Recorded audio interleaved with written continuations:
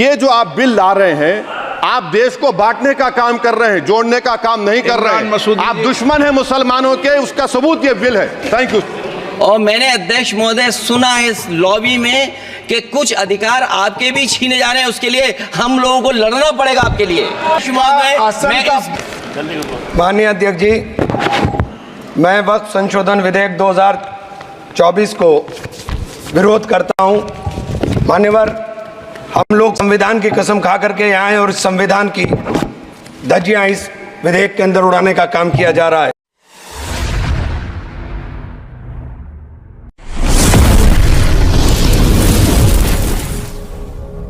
अस्सलामुअलैकुम वरहमतुल्लाहि वबरकातुहू। यह जो हंगामा वक्फ अमेंडमेंट बिल पर जो हो रहा है, यह बगैर हाथ पैर का हो रहा है। इस पर मैं 4-5 पॉइंट पे बात करने जा रहा हूँ। भारत सरकार और उसकी गोदी मीडिया के तरफ से वक्फ बोर्ड के खिलाफ बहुत सारी झूठी बातें आवाम के सामने परोसी जा रही है और बहुत सारे फैक्ट को छुपाया जा रहा है। इस वीडियो में इन्हीं सब बातों पर रोशनी डालने की कोशिश कर रहा हूँ, तो वीडियो में आखिर तक बने रहें। हिंदुओं में जो धार्मिक काम होते हैं, जो धर्म के नाम पर दान दिया जाता है, वह हर स्टेट में अलग अलग नाम से जाना जाता है।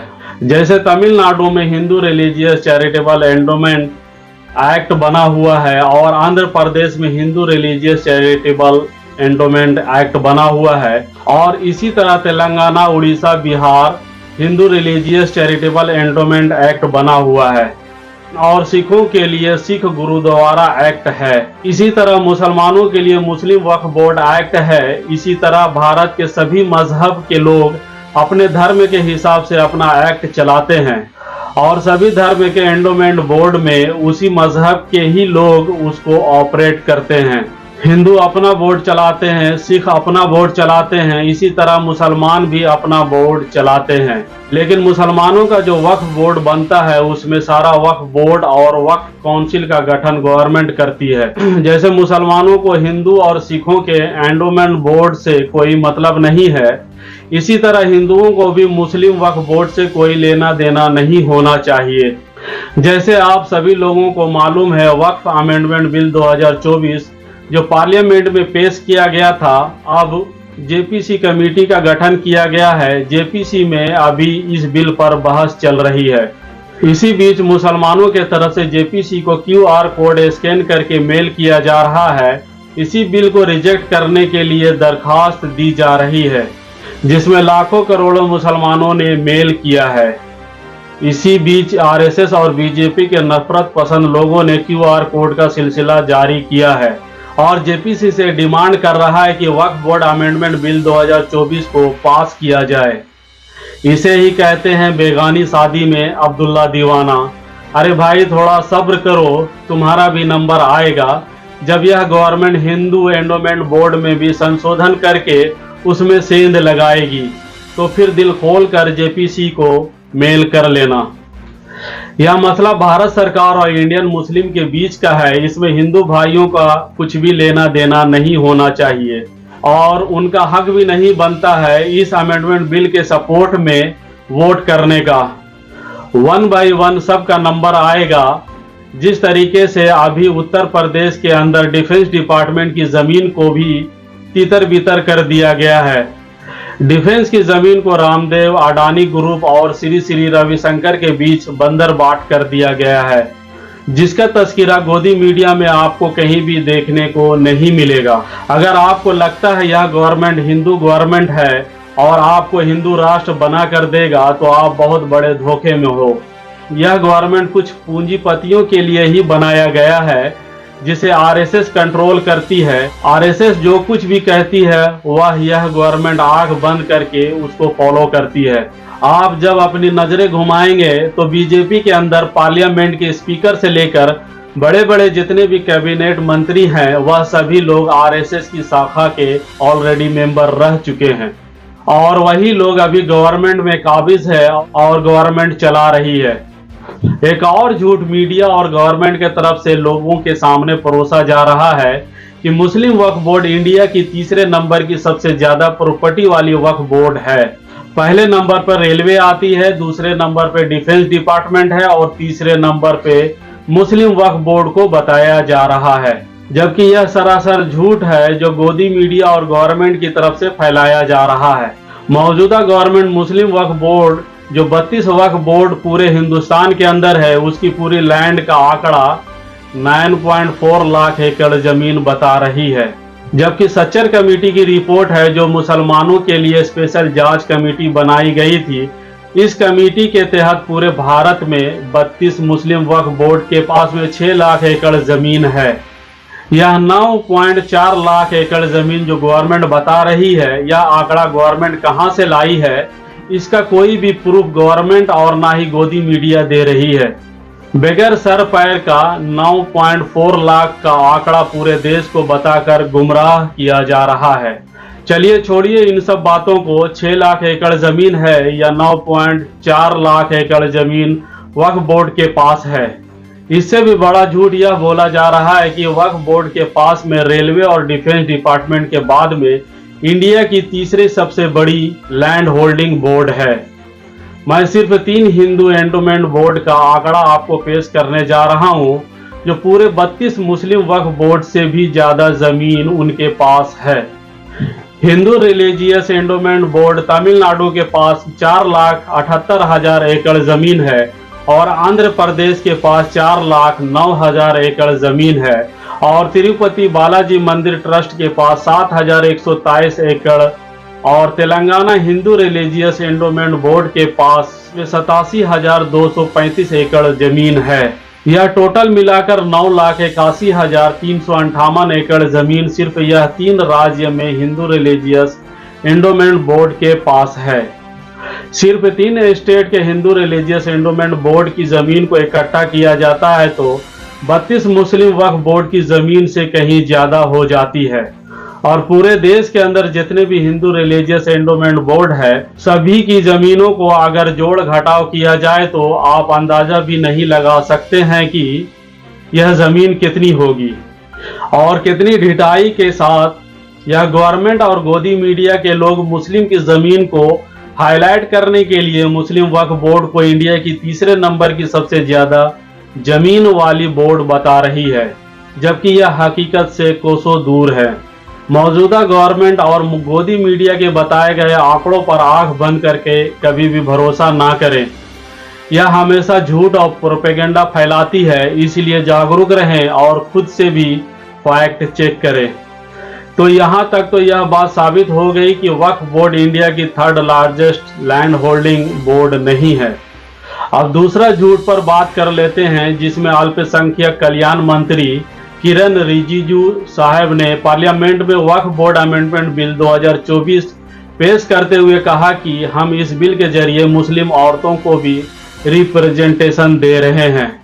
इस बात की भी कितनी सच्चाई है यह भी जानने की कोशिश करते हैं। आज से 10 साल पहले ही यह अमेंडमेंट किया गया था कि मुस्लिम वक्फ बोर्ड में कम से कम 2 मुस्लिम औरतों का होना जरूरी है, और अभी जो पार्लियामेंट में मुस्लिम वक्फ बोर्ड अमेंडमेंट बिल 2024 जो पेश किया गया है, इसमें कहा गया है कि सिर्फ 2 मुस्लिम औरत वक्फ बोर्ड का हिस्सा हो सकती हैं।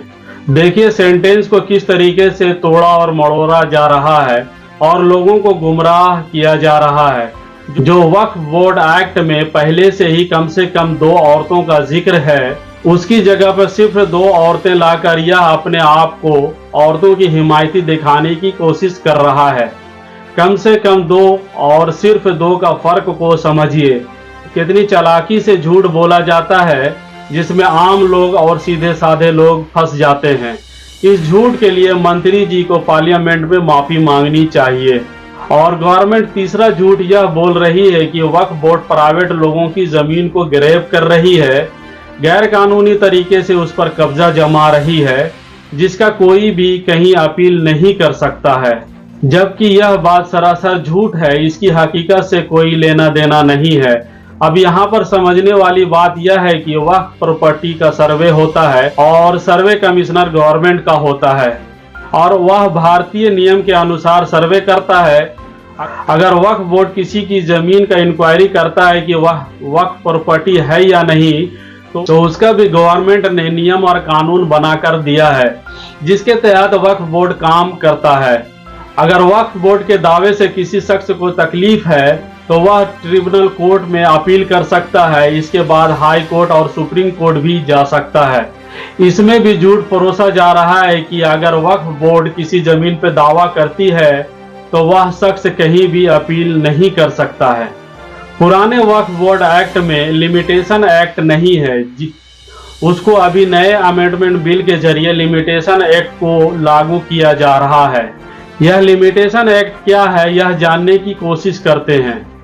मान लीजिए वक्फ बोर्ड की जमीन किसी ने कब्जा कर लिया है और उस पर 10 साल 20 साल या 100 साल से कब्जा करके बैठा है। उसके बाद में वक्फ बोर्ड उस पर अपना मालिकाना हक साबित करता है तो वह जमीन वक्फ बोर्ड को वापस मिल जाती है।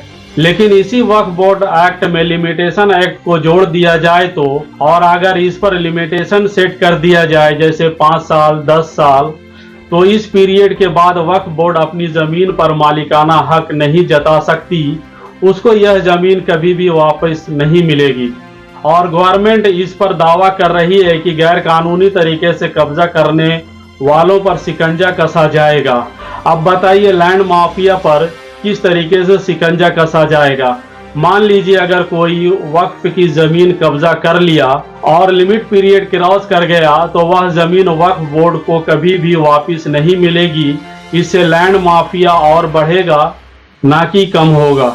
सरकार एक और दावा कर रही है कि इस बिल के जरिए लैंड माफिया पर शिकंजा कसा जाएगा। तो चलिए इस झूठ को भी समझने की कोशिश करते हैं। वक्फ बोर्ड एक्ट में रिग्रेस इम्प्रिजमेंट है, जिसके तहत कोई भी लैंड माफिया अगर वक्फ बोर्ड की जमीन को हड़पना चाहता है तो कोर्ट उसके ऊपर जुर्माना और कैद बामुशक्कत की सजा सुना सकती है। लेकिन न्यू वक्फ बोर्ड अमेंडमेंट बिल 2024 में ऐसा नहीं है, इसको भी तरमीम कर दिया गया है। अब इसमें सिर्फ फाइन भरने की सजा है। इसका मतलब यह हुआ कि वक्फ बोर्ड की जमीन को आप पहले हड़प लीजिए, बाद में फाइन भरकर आप बरी हो जाएं। अब आप बताइए इस बिल के जरिए लैंड माफिया को बढ़ावा मिलेगा या लैंड माफिया पर शिकंजा कसा जाएगा। बहुत सारे लोगों का कहना है कि मुंबई में जो स्थित एंटेलिया टावर है, जो वर्ल्ड का सबसे महंगा प्राइवेट बिल्डिंग है, वह कभी आगा खान मसलक के यतीम खाना हुआ करता था, जो आज एक बहुत बड़े बिजनेसमैन के आशियाना बना हुआ है। इस बिल को लागू होने के बाद में वक्फ बोर्ड कभी भी उस पर अपना दावा नहीं कर सकती और ना ही कभी उसको वह जमीन वापस मिलेगी। तो यह था वक्फ बोर्ड अमेंडमेंट बिल 2024 की सच्चाई, जिस पर मैं सिर्फ 5 पॉइंट पर बात किया हूँ। इसी तरह का 40 अमेंडमेंट वक्फ बोर्ड एक्ट में किए जाने की पेशकश मौजूदा गवर्नमेंट ने पार्लियामेंट में रखी है, जिसका विरोध पार्लियामेंट के अंदर पुरजोर तरीके से किया गया और पार्लियामेंट में यह बिल पेंडिंग हो गया, जिसके बाद जेपीसी कमेटी का गठन किया गया। इस अमेंडमेंट बिल को रोकने के लिए पूरे भारत देश में मुसलमानों के तरफ से तकरीबन 5 करोड़ मेल जेपीसी कमेटी को भेजा गया है। अब जेपीसी कमेटी क्या फैसला देती है, इसका इंतजार पूरे भारत के मुसलमान बेसब्री से कर रहा है। दोस्तों इस वीडियो में इतना ही। अगर ये वीडियो आपको पसंद आया है तो मेरे चैनल को लाइक करें, सब्सक्राइब करें और बेल आइकन दबाना ना भूलें, ताकि हमारे आने वाले वीडियो बराह रास्त आप तक आसानी से पहुंच सके। दोस्तों मिलता हूं फिर एक नए वीडियो में, तब तक आप अपना और अपने आसपास का खास ख्याल रखें। अल्लाह हाफिज।